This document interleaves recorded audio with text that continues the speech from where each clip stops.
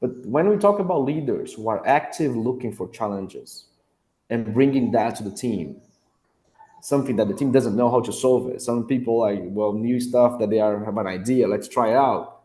That's something also keeps people engaged. So that's something that I would also encourage to retain talent. Hello, everyone, and welcome to today's podcast. I'm Rahul Abhishek, your host and the CEO and founder of HireWithEve.ai, an AI agent for increasing pre-assessment accuracy of candidates by 90% and reducing recruiters' effort by 50%. Today, we have a very special guest joining us, André Andreazzi. To tell you a bit about Andre, he's the Chief Transformation Officer at Klym. Klym is a Colombian fintech company that provides working capital solution for small and medium-sized enterprises across Latin America. Andre has previously held leadership roles in the position of Chief Operating Officer and Chief Human Resource Officer at Klym, and has over 25 years of experience in integrating technology, people, and operations for organizational transformation. Prior to Klym, he was an associate partner at McKinsey, and he's had over a decade of work experience at IBM. So welcome to the podcast, Andre. Thank you very much. An honor to be here, Rahul. Perfect. So Andre, let's get started by just sharing with us a bit about your journey, and we of course see that you've had several leadership role at Klym, from HR to tech to transformation now, and a long career. Would be great to hear a bit about how it all has gone and how you've reached where you are at today. Well, that is a very good question. I mean, my background is technology, right? I started my career like 25 years ago or so in a technology university. Then I started working in HP and few other tech companies, like really doing coding and I started to notice that coding was I was not really the greatest coder I could do. I was more like on the business side, understanding how it works and understanding how it feeds like coding, right? So then I started to understand better the business, blah blah. And after that, like I noticed that I what I really liked to do was like integrating the things. I mean, getting really good coders and make good solutions out of that, understanding the business and providing these solutions. That's when I started to change a bit my career, and then I went to lean, then I went to agile, and all these like new ways of working on technology side, and then I start transforming IT and then organizations. Like in IB, that started maybe 2007 or so when I started IBM, like doing this switch was like IBM, was I learned agile and lean and all this stuff. And then I start to become less coder and more like an integrator, let's say, or transformation, let's say. And then I Right. started that. I mean, this is where I really saw myself like doing what I really like. I mean, connecting business and technology with people and operations was really nice. Great. I think it's been a good long journey and a lot of learning, I would say, Yeah. for you. So I think it would be great to really answer this one notion that I always ask all my guests, which is that we believe that HRs are the superheroes of the organization. And why we do so, why we feel that way is because they are the folks who's really getting the team together to work on the vision and the mission of the company. Now, obviously, so of course, you are a very interesting person who's been CHRO, COO, and now a transformation officer. So I just wonder, like from your vantage point, so to say, what do you think of that notion? I mean, I agree. I mean, before COO or CHRO, I was transforming companies, right? And now I'm back on that. Transforming companies, most of the successful transformations I made were leading by HR, Right. or directly or very strongly as a partner from CEO or from COO. And that because like I agree with the superhero word because the HR I think is the first or the best to know organization inside a company, right? I mean, this is the place that you can see, you can put together operations, sales, and whatever organization you have together to have a good discussion and to solve problems. So when I see HR, I see many things. Like first, yeah, you talked about the vision, you talked about like organization, but also I see it as the first step in the company for a customer centricity organization, for example. if you start your culture thinking about the customer, if you train the leaders, if you enable the leaders to do that, those are the areas where HR can bring a lot of effort, a lot of power to the organization in terms of enabling the organization to have the proper people, to have the proper culture, the proper view of the customer, etc. So I think that's the way we start talking about customer centricity, which many people say, yeah, let's talk about customer centricity on sales or on service or attendance, right? Right. And really starts when you talk about that in the first day of the organization, when you just arrive. Well, HR is normally who does their welcome, right? Right. And they also can provide the design organization that enable the business, integrate the areas that enable the business, etc. So that's how I see HR is like the really superhero, like connecting the dots in the organization to make it work. Okay, makes sense. And then good to kind of get this perspective from you because, of course, you've seen several functions. Makes sense. Now getting deeper into the topic also now, we have lately a very strong trend that we noticed in the market of future of work. And there are several angles to it. Several people have point of views to it. So I just wonder, what is your thought on future of work, its impact on organization and people? Well, sorry for that. Yep. I mean, I recently was reading, especially for Latam, I was reading some of those, and they are, of course, if you see like future work would be mostly technology, right? Data related professions or something like that. And logistics is also there because of like the trends that we have. But I keep saying, I keep seeing actually like the future of work. It's how to best serve clients. I mean, this will keep evolving. I think it's easy to say, oh, data will be powerful in the future, logistics will be powerful in the future, but none of those would be. And I see that some organizations are losing it. Some organizations are empowering more on this. Is how do I best do the work for the customer Right. in many spaces, and this will like lead to a new different leadership style, different ways of working style, because you must be closer to the customer, more closer to the even more close to the customer. You must understand best how you work, how the process of your organization work.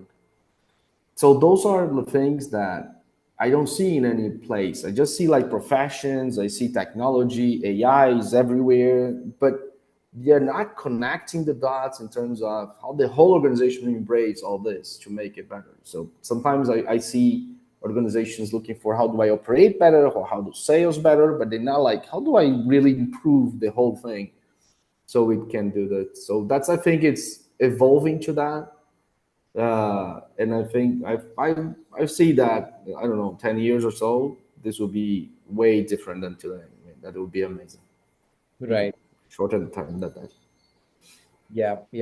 So yeah, I mean, customer centricity and how to kind of look at the whole thing together instead of in isolation. And you also mentioned, I mean, the aspect of AI, and of course that is the time that we are living in.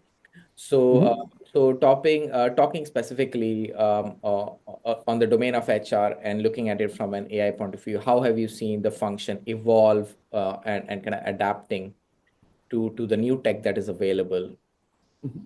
Well, there are in HR. I mean, AI is being very useful for well, if you find candidates, reading resumes. I mean, it's being, I mean, a lot of tools that helps HR.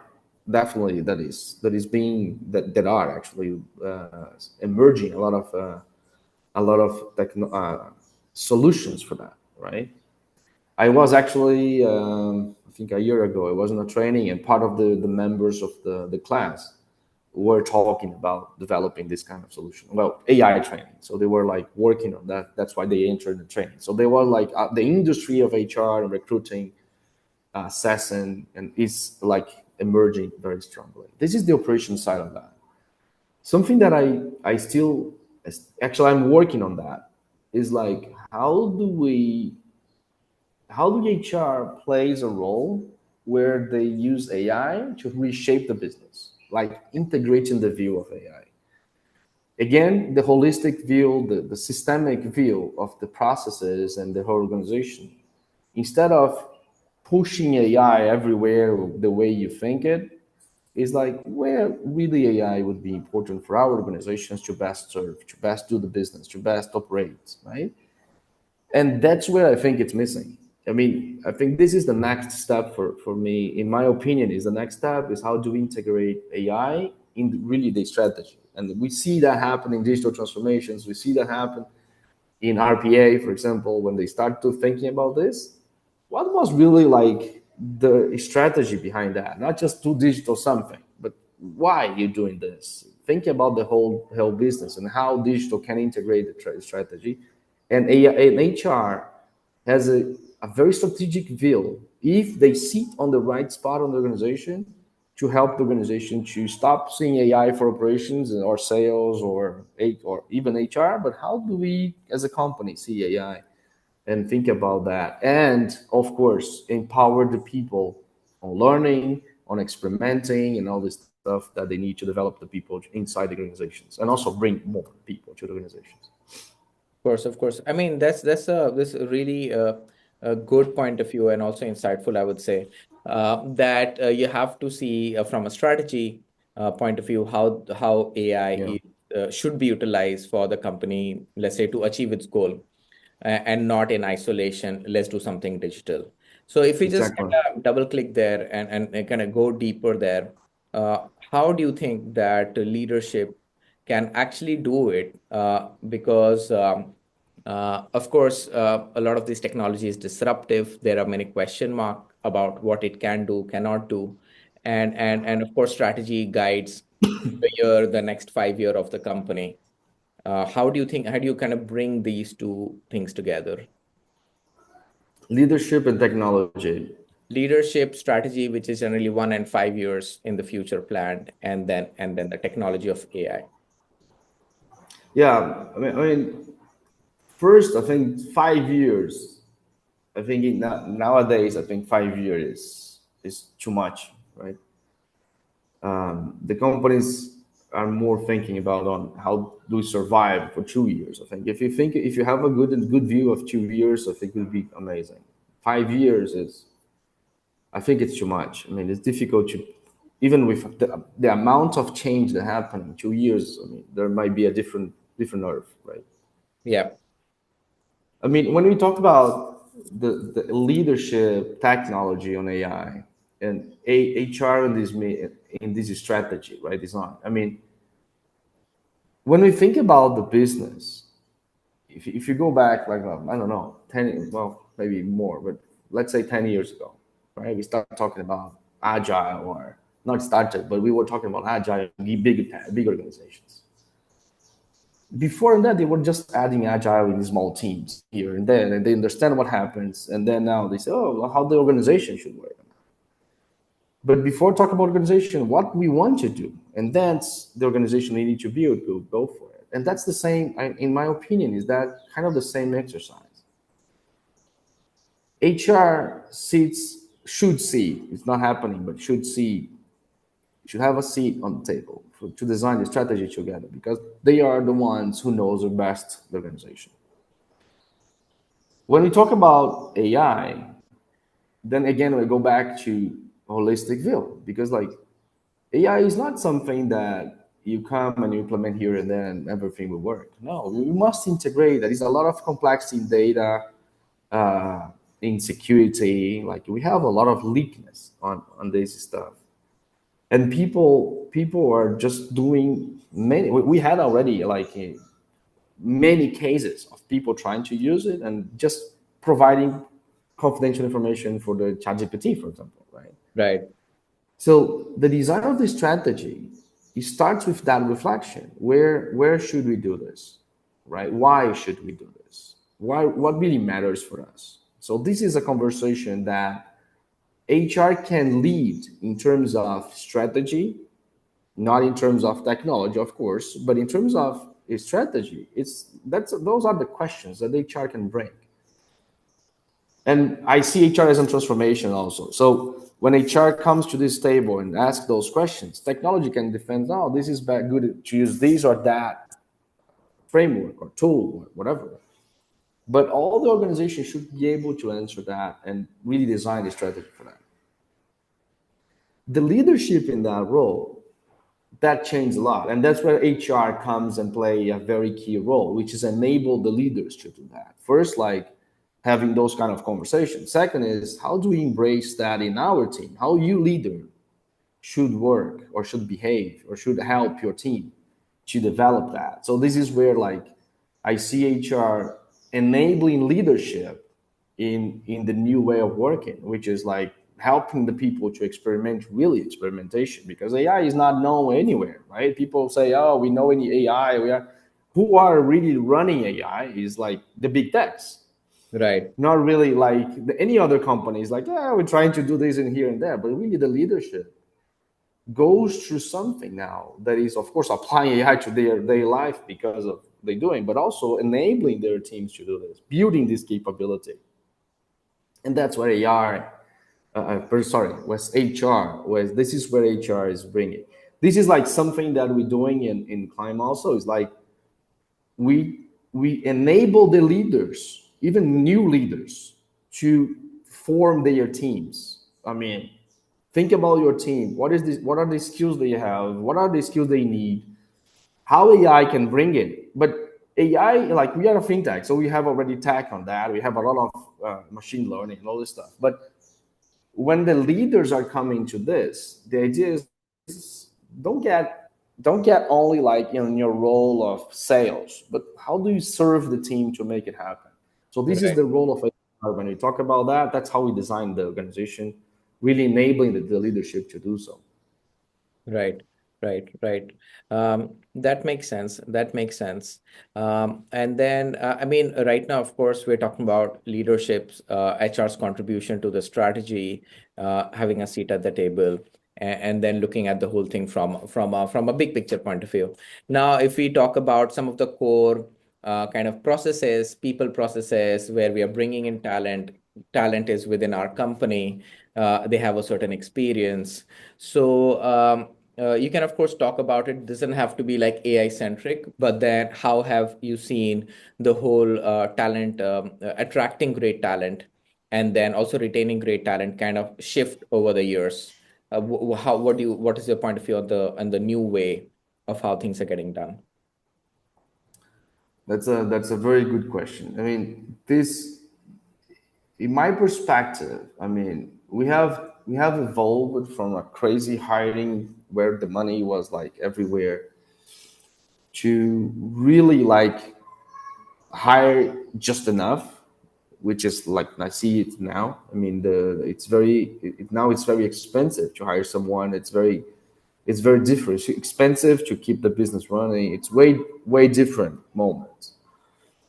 And before it was like well, people were like floating between companies, like just because like they had the company or the culture or the money or Yeah, the benefits or the countries or the flexibility. yeah, Now it's more, of course, the money is on the table. I mean, the people are looking for best salaries all the time. But I also saw a lot of change on believing in the organization. Like the people that we saw last, let's say, that we hired in the last year, let's say, the key people that we hired that are still in the company, and I saw more of this. The salary was a factor, of course. I mean, you must have something, but the leaders that we hired were because of the challenge. I mean, they were clear and they still clear. I mean, almost a year now, and some of them still tell me, I still love to be here because of the challenge. It's really different.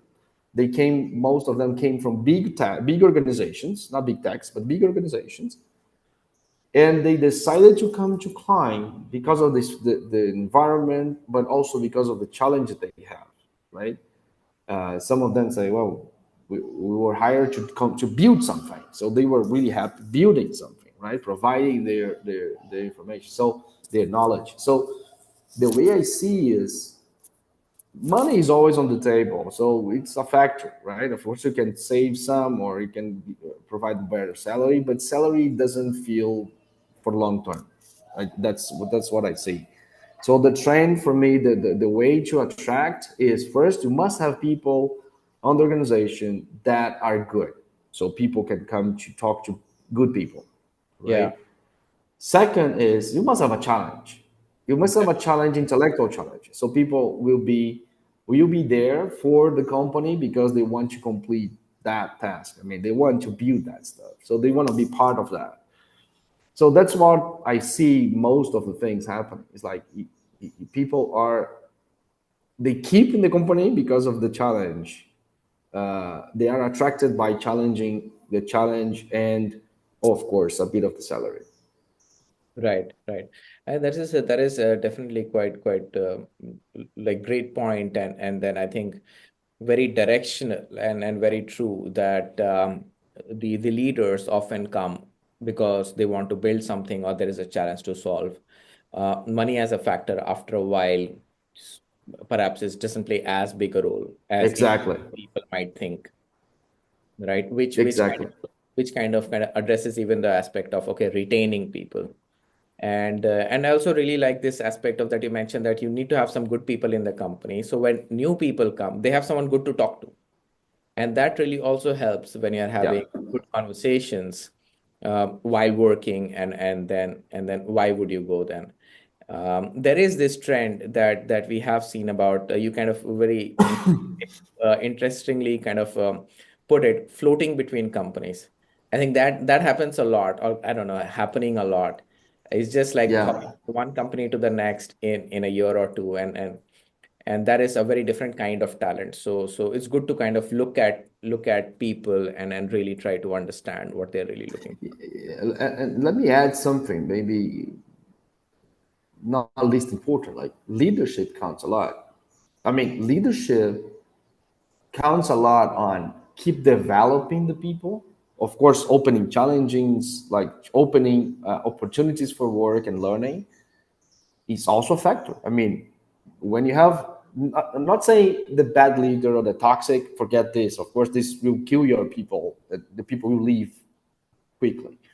But when we talk about leaders who are active looking for challenges and bringing that to the team, something that the team doesn't know how to solve it. Some people like, well, new stuff that they are have an idea, let's try it out. That's something also keeps people engaged. So that's something that I would also encourage to retain talent. Right. Right, right. Definitely, definitely. That makes a lot of sense. So now, talking, just coming back again to the leadership topic, and so again, and now, what are the kind of new challenges that you've seen in the last 1 or 2 years, being in a leadership position of the company, and the company is also growing fast. What are some of the challenges that you now encounter that you also feel that this seems new? Uh, Well, there are few of them. Not sure they are new, but like cost is one point. I mean, when you need to, I remember like transitioning from, as I said, a lot of money on the market to startups, and we don't have any money anymore. So how what do you do? So shrinking the company and keeping the business operating, cutting projects, those are like I think one of the most important points of my career in HR. Talking about HR specifically, these were like how we talk on that is like very strategic way to think about what is real needed for our customers, what can we offer, what will we change or not, and how do we make it ourselves available for customers even after that event. So that was like very critical. Other points that I like to mention here, challenges that I let's say a bit more happy. challenges were like transforming, right? When we see HR was in a position like taking requests, right? I mean, you need someone to hire, or you need to promote someone, or you need to change your team, or whatever. And then HR comes and help you out. When we saw HR that way, it was just operations, right? I mean, you just run HR tasks as it is, doesn't change much the organization. You just don't enable leadership much. So you always, the leadership takes all the decision, and then you do the operations. The big change and challenge that I saw, that I lived, was like, how do we make that the opposite way, where I will challenge the leaders, right? So I was invited for Klym to be CHRO as the first place because of my role in consulting and transforming organizations. So we need someone to really challenge the leaders and bring that to the table. And that was actually, I was a small joke in the beginning, because HR, really, I love people, I love organizations, but was my first step into the role of CHRO. And that was, I really love to change. I mean, I had like an organization which sees HR as cost, and I don't see much. Now I have a seat on the table for a strategy. Now we decide how the culture will be made, how to provoke the leaders, to form the leaders, how to form leaders to be there. And those are like, for me, were like, basically, we set clear targets. So as HR, of course, I don't say how much you're gonna sell, but I can tell what are the key success factors that we're gonna achieve, and how do we know we are successful or not. So those are like challenges that the leaders didn't have before. So I like to say the OKRs, right? So I don't decide the OKRs as HR, but I can provoke you to tell me what are the 2 or 3 factors that says companies is okay or not. So first, let's have a proper objective, clear. Everybody on the company knows that. So there are 3. And honestly, on the first, we were 4. 4 OKRs for the whole organization. Second is, what are the organization that we need to make that happen? I could design some part of that, because I was HR. I have the good team who knows the whole organization. So we designed the whole organization, and of course, switch a bit with the leaders. So the leaders had the proper team with all the capacity they need. So basically, we're running like the whole organization into small organizations with clear objectives that attacks the company's objective. And third one, I think is the most difficult one, is discipline. The discipline was like very, very rigor, a much of rigor. A rigor to take the cadences. I mean, talking about reviewing the OKRs, checking the company's working. So every week we're gonna see the OKRs are changing or not. Every 2 weeks we kind of reprioritize whatever needed or we found not working. So this discipline to keep the people, to keep the people focused, and is the most difficult one for me. I mean, because every day is too strong, but every week someone or something happens, right? Someone brings a new idea or something happens in the market, whatever happens, and then you say, should I attack that or should I keep my focus? So these help the team to be clear about their job, clear about the results they are generating, because they are really related, one thing, and keep eyes open on whatever matters. Not like the whole thing that happened doesn't care about that. We take care about this all the time. Now let's focus. Of course, we change a bit, but like not 10%. I mean, tell you, in 3 months, we don't change 10% what we have thinking, because like it's very clear on objectives. It's working, so let's keep pushing this. So we change a few things that we discover wrong, but the people like that's I think this is the challenge that I faced and that I really see transforming the whole organization in a way that HR positioning, changing the organization. That's the one that I really loved a lot. And we developed a lot of people in this process. So it was really cool to see leaders emerging and people emerging from their roles. So it was really cool.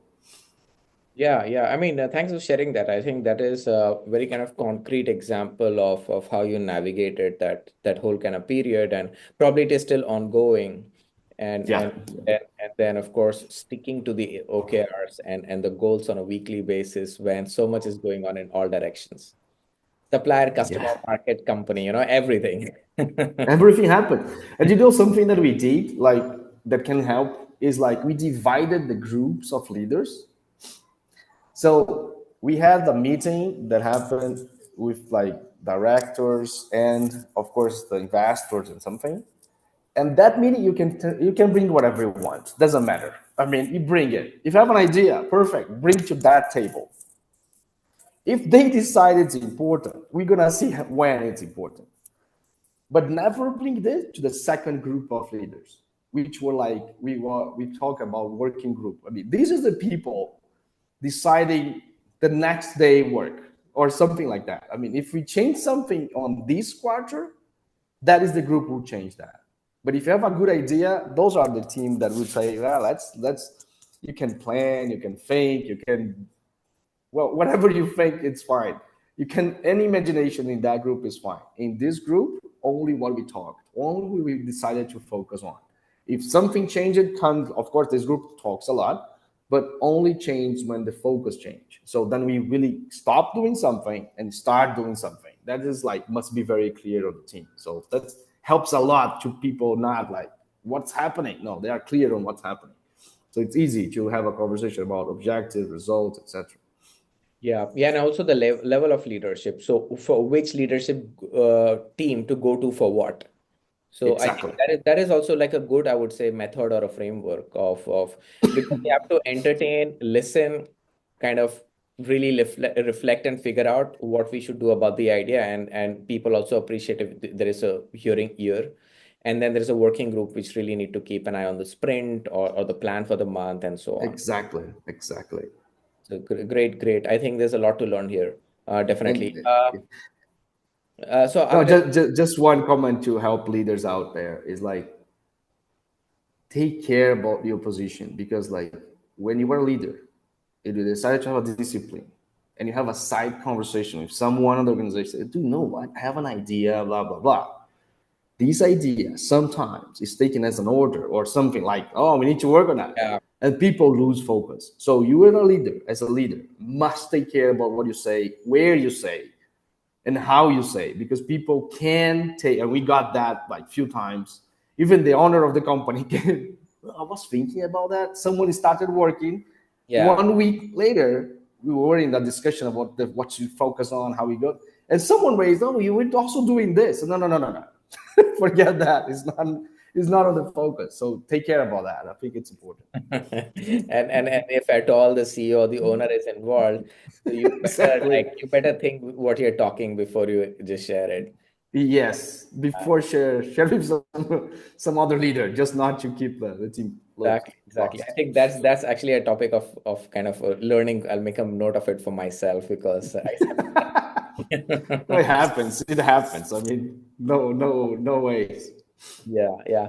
Perfect. So, Andre, soon we are coming to a close to our podcast episode. But before we do so, I would like for you to advise the young generation who is going to join the workforce soon, and then what do you think it should be their mindset? What should be their expectation as they start their career? And you could be both either HR focused or kind of overall work kind of a career focused. Okay. Yeah, I can mention HR focus. I would go for don't get to the tasks only. I mean, HR has a position in the organization that is more and more important. I've been talking to companies like for years now. It's like many has HR reporting to someone else or it's just the operational stuff, right?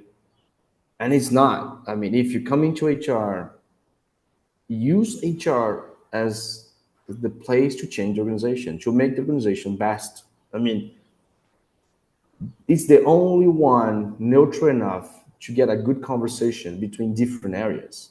Hmm. So joining HR, of course, you need to learn all this stuff, the legal stuff, the processes. I mean, the strategies that HR needs to use to keep running the business, all of this. But you also need to enable the organization on leadership, on culture, on values, on like day-to-day work, etc. Actually providing a lot of information, a lot of input, or opportunities also to the organization. So this is for HR personnel.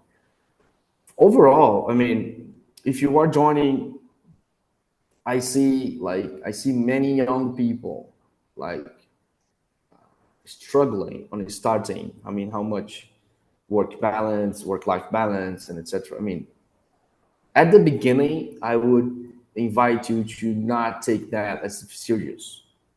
I mean, work-life balance is important, as very important. I have lived I was sick in the one of those years of experience. Of course, ended up in a bit of burnout. So take care of that is important, but get learning out of your experience. I mean, every day in your work day is new learning. People will get teaching you, or directly teaching you, or because they are like, you need to help them doing something, so you get involved. So get like connected with the people who are there before you, because they know something else.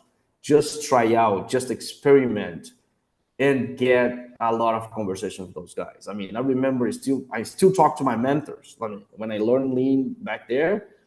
Some of the projects I have now, like a really cool AI project on lean and agile, they are like one of my mentors. I mean, they were there to teach me, and it's still teaching me, actually, to be honest. I mean, so it's like, get close to these people, get close to them, invest time on learning, on reading, on having proper conversations, getting your questions answered, and try out. I mean, make some work, and then you see the challenges, etc. So keep pushing for learning. I mean, that's the never-ending stuff, right? So if you start, man, actually, I say to my kids, I mean, I have 3 kids, so one is 19 already, so almost working. I say, man, keep your eyes open for people who knows more than you, and get closer to them, understand from them. I mean, get all the knowledge that you can. I mean, that's the best thing you can do, because that prepares you for the future, whatever comes later. You'll never be ready. So just keep learning. Definitely agree, because I think a couple of points that you mentioned makes a lot of sense. Is that in the early years, work life is important, but do kind of learn from people, network, because I think when you start your career, it's a long portion of your life, and these guys or people you met go a long way. So to them makes a lot of sense, and build the relationships. Build the relationships. Yeah. So, Andre, thanks a lot for your time. I mean, it was a great conversation. This was a lot of learning point for myself, HR leaders, and the young generation. So, wish you the very best, and thank you again for the conversation. My pleasure. Really a good conversation. Really enjoy that, and thank you very much for the invitation. Really honored to be here. Perfect. Thank you.